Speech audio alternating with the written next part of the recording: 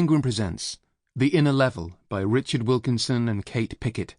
Read by Finlay Robertson. Prologue. The story so far. The Spirit Level, published in 2009, showed that people in societies with bigger income gaps between rich and poor are much more likely to suffer from a wide range of health and social problems than those living in more equal societies. The evidence we presented in that book strongly implied that inequality has major psychological effects and that many of these problems are the result of increased social stress.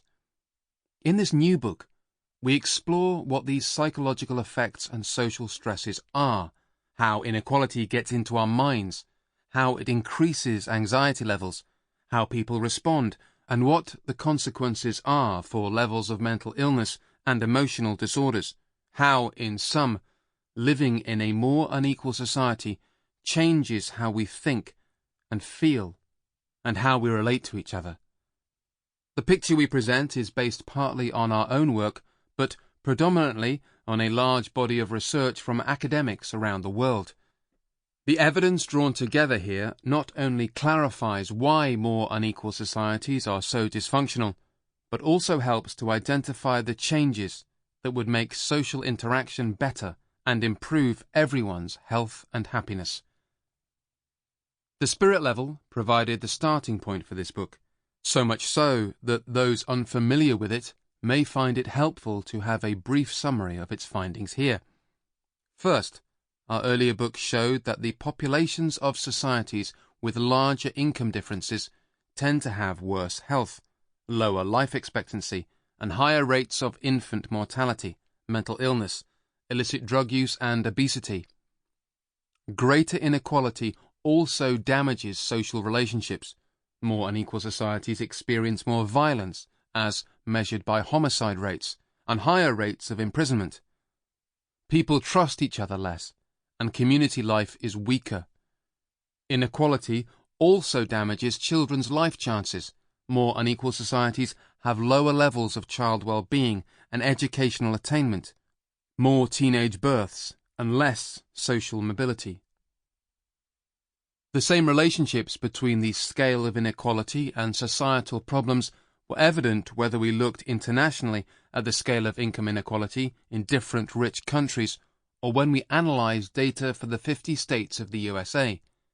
In both settings, bigger income differences correlated closely with worse outcomes. The picture is remarkably clear and consistent. Take the USA as an example.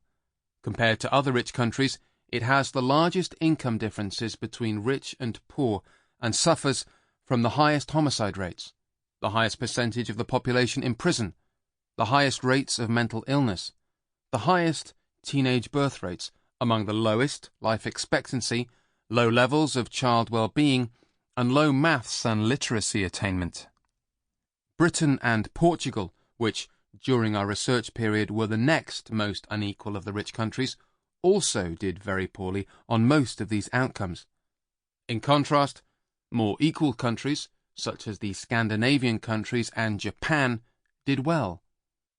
The identification of these patterns did not rest solely on our own work, but reflected findings from a large number of researchers in different academic disciplines in different countries. The first research papers showed that violence was more common and health worse in countries with bigger income gaps were published in peer-reviewed journals in the 1970s. Since then, the number of published studies has grown and grown. There are now well over 300 research papers that have identified health and homicide rates in relation to inequality in different parts of the world. Studies cover both developed and developing countries. Some look at the relationship at a particular point in time, others at changes over time. Many have taken account of differences in average incomes and/or poverty, as well as other factors, such as spending on public services. The vast majority show a consistent tendency for outcomes to be worse in more unequal societies. The evidence is now such that these correlations between income inequality and both Sample complete. Ready to continue?